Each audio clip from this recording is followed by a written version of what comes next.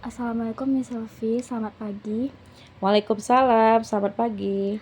Maaf mengganggu waktunya Miss. Saya Rahmina Zokia, tamatan siswa 2023.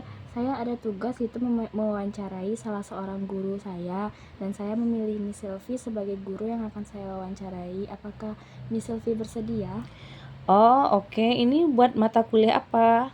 Ini untuk mata kuliah Psikologi Pendidikan Miss. Saya mahasiswa semester 3 di Universitas Negeri Padang. Oh, oke. Kalau bisa saya akan membantu. Oke Miss, saya izin mengajukan beberapa pertanyaan ya Miss. Oke. Pertanyaan yang pertama, menurut Miss Selvi, apa yang dimaksud dengan psikologi pendidikan? Menurut saya, psikologi pendidikan itu adalah bagaimana cara kita mengenali karakteristik siswa. Nah, karakteristik di sini itu mencakup dari fisik, dari emosional gitu kan. Jadi, kita sebagai guru itu selain mengenali pribadi siswa, juga kita harus mengenali emosi yang dimiliki oleh siswa. Baik Miss Selvi, pertanyaan selanjutnya, peran guru sangat penting dalam perspektif psikologi pendidikan. Nah, bagaimana menurut Miss Selvi sebagai pendidik dan pengajar? Oke, Rahmino, saya kan adalah guru BK. Jadi, kalau misalkan ditanya perspektif saya tentang psikologi pendidikan tentunya, saya akan menjawab, dari perspektif bimbingan dan konseling. Nah, sebagai guru bimbingan dan konseling, tentunya saya, bertanggung jawab dalam mengawasi, dalam memahami, dalam mengembangkan emosi dan karakter yang dimiliki oleh siswa. Jadi, bagaimana saya memandang pentingnya psikologi pendidikan ini, itu sangat penting sekali. Karena, yang dilakukan oleh guru BK itu di tahun ajaran pertama itu sudah melakukan need assessment namanya. Apa itu need assessment? Sebuah, angket atau, data yang harus diisi siswa, di mana need assessment itu akan menggambarkan kebutuhan-kebutuhan apa yang dibutuhkan siswa selama pembelajaran. Nah, kemudian sebagai guru bimbingan dan konseling tentunya, saya memiliki peran untuk, bagaimana siswa dalam, belajar itu, bisa dengan fokus, dengan semangat tentu saja, dengan apa? Dengan mengembangkan segala karakteristik yang dia miliki. Kemudian juga sebagai guru BK tentunya saya mengawasi dan mengembangkan emosi-emosi yang dimiliki oleh siswa, sehingga, mereka dapat, mengendalikan serta menyalurkan emosi yang mereka miliki dengan cara-cara yang positif. Kemudian juga kalau sebagai pengajar, karena saya guru BK yang di sekolah saya itu, masuk kelas, tentunya dengan, memahami psikologi pendidikan, saya bisa merancang pembelajaran apa yang sekiranya cocok dengan berbagai karakteristik siswa saya yang ada di kelas. Baik Miss Selvi, terima kasih jawabannya. Saya sangat puas. Pertanyaan selanjutnya Miss Selvi, bagaimana menurut Miss Selvi pengaruh hereditas dan lingkungan terhadap pertumbuhan dan perkembangan siswa di sekolah? Nah, izinkan saya untuk menjelaskan dulu apa sih perbedaan antara hereditas dengan lingkungan.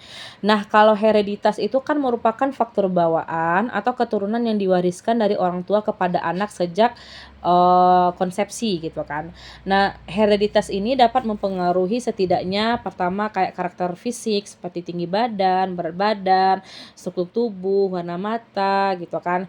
Kemudian mempengaruhi kecerdasan dan bakat. Kemudian juga dengan kemampuan metabolisme. Nah, sementara lingkungan, faktor yang meliputi berbagai macam materi dan dorongan baik secara fisik, psikis dan kebiasaan sosial. Nah, lingkungan ini kan luas nih. Nah, lingkungan ini dapat mempengaruhi satu informasi ataupun rangsangan yang diterima individu sejak dalam kandungan hingga dia lahir.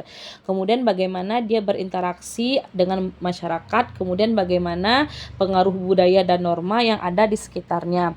Tentunya ketika Rahmino bertanya apa sih pengaruh faktor keturunan ini dan lingkungan terhadap pertumbuhan dan perkembangan siswa, tentu saja itu sangat berpengaruh. Misalkan saya contohkan, bagaimana anak bersikap, bagaimana anak menalar informasi pembelajaran itu tentu saja dipengaruhi oleh informasi apa sih yang sudah dia dapatkan gitu kan. Nah, informasi ini bisa dari keluarga, bisa dari lingkungan gitu.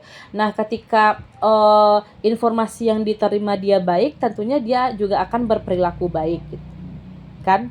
Nah, kemudian faktor bawaan dan keturunan ini tentunya juga mempengaruhi. Kadang-kadang ada anak-anak yang mungkin misalkan keturunannya itu mungkin ada sakit mata atau minus gitu kan. Nah, ini tentunya harus disesuaikan bagaimana cara guru menyesuaikan kondisi-kondisi siswa tersebut agar tetap bisa mendapatkan pembelajaran yang sama rata dengan teman-temannya yang lain. Gitu sih menurut saya. Oh baik Miss, terima kasih untuk jawabannya. Nah, pertanyaan selanjutnya Miss, remaja saat ini kan lebih cenderung menampilkan emosi negatif dan bertingkah laku menyimpang. Nah, faktor apa yang menyebabkan hal itu terjadi Miss? Oh, kalau saya berani menjawab ini adalah faktor informasi terlebih dahulu gitu. Karena kan ada yang namanya stimulus dan respon. Ketika kita mendapatkan atau mem- apa namanya mengisi tangki-tangki informasi kita dengan informasi yang negatif, tentunya kita akan bersikap dengan negatif juga apabila informasi itu tidak dapat kita olah dengan baik, ya kan. Nah, kenapa remaja sekarang itu banyak menampilkan emosi negatif gitu ya? Karena bisa jadi remaja itu belum mendapatkan informasi yang cukup gitu kan. Gimana sih cara mengembangkan emosi maupun menyalurkan emosi yang baik dan secara baik. Tentu saja Rahmina mengetahui bahwa emosi itu kan tidak hanya emosi negatif tapi juga ada emosi positif. Nah, emosi emosi positif sekalipun ketika tidak bisa disalurkan dengan baik maka akan berujung dengan emosi negatif gitu kan. Misalkan saya contohkan seperti ini, ada anak yang sangat begitu gembira ketika dia mendapatkan nilai yang baik gitu. Nah, ketika dia tidak mampu menyalurkannya secara baik, tentunya misalkan saking bahagianya dapat nilai dia mungkin coret-coretan. Itu kan emosi positif yang mengalir ke bentuk perilaku yang negatif gitu. Jadi tentu harus diberikan informasi yang memadai kepada anak-anak tersebut bagaimana cara mengelola emosi. Oh, nah, terima kasih Miss. Nah, pertanyaan terakhir Miss.